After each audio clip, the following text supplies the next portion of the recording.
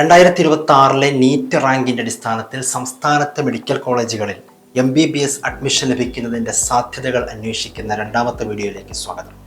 കഴിഞ്ഞ വീഡിയോയിൽ സംസ്ഥാനത്തെ സർക്കാർ മെഡിക്കൽ കോളേജുകളിലെ അഡ്മിഷന്റെ സാധ്യതകൾ 2026 അഡ്മിഷൻ സാധ്യതകൾ നമ്മൾ നോക്കിയിരുന്നു. ഇപ്പോൾ സംസ്ഥാനത്തെ സ്വകാര്യ മെഡിക്കൽ കോളേജുകളിലെ MBBS അഡ്മിഷന്റെ സാധ്യതയാണ് നമ്മൾ നോക്കുന്നത്. നമ്മൾ എങ്ങനെയാണ് ഈ സാധ്യതകൾ നോക്കുന്നത്? 2025 നീറ്റ് പരീക്ഷയിൽ ഏത് റാങ്ക് വരെ ലഭിച്ച വിദ്യാർത്ഥിക്ക് അഡ്മിഷൻ ലഭിച്ചു എന്നതിൻ്റെ നോക്കിയിട്ടാണ് ഈ വർഷത്തെ സാധ്യത നമ്മൾ പരിശോധിക്കുന്നത്. ഈ അധ്യയന വർഷം ആകെ 21 സ്വകാര്യ മെഡിക്കൽ കോളേജുകളിലേക്കാണ് അഡ്മിഷൻ നടക്കുന്നത്. ആകെയുള്ള MBBS സീറ്റുകളുടെ എണ്ണം 3750. 2025 സ്റ്റേറ്റ് മെറിറ്റിൽ നിന്ന് ഏറ്റവും അവസാനം സ്വകാര്യ മെഡിക്കൽ കോളേജിൽ MBBSന് അഡ്മിഷൻ ലഭിച്ച വിദ്യാർത്ഥിയുടെ റാങ്ക് 1,22,020 ആണ്. ഇനി കമ്മ്യൂണിറ്റി വൈസ് നമ്മൾ പരിശോധിച്ചാൽ ഈഴവ വിഭാഗത്തിൽ 1,29,447, മുസ്ലിം വിഭാഗത്തിൽ 1,46,979 റാങ്ക് വരെ ലഭിച്ച വിദ്യാർത്ഥിക്കും അഡ്മിഷൻ ലഭിച്ചു.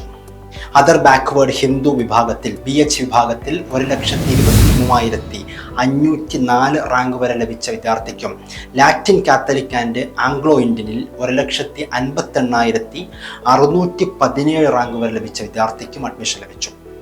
ധീവര വിഭാഗത്തിൽ 1,23,678 റാങ്ക് നേടിയ വിദ്യാർത്ഥിക്കും, വിശ്വകർമ്മ വിഭാഗത്തിൽ 1,43,227 റാങ്ക് ലഭിച്ച വിദ്യാർത്ഥിക്കും അഡ്മിഷൻ ലഭിച്ചിട്ടുണ്ട്.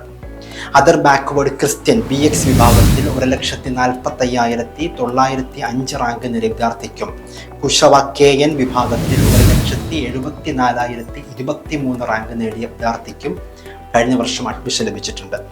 കുടുംബി KU വിഭാഗത്തിൽ 4,03,030 റാങ്ക് നേടിയ വിദ്യാർത്ഥിക്കും, SC വിഭാഗത്തിൽ 2,31,546 റാങ്ക് നേടിയ വിദ്യാർത്ഥിക്കും, ST വിഭാഗത്തിൽ 4,96,112 റാങ്ക് നേടിയ വിദ്യാർത്ഥിക്കും കഴിഞ്ഞ വർഷം അഡ്മിഷൻ ലഭിച്ചു.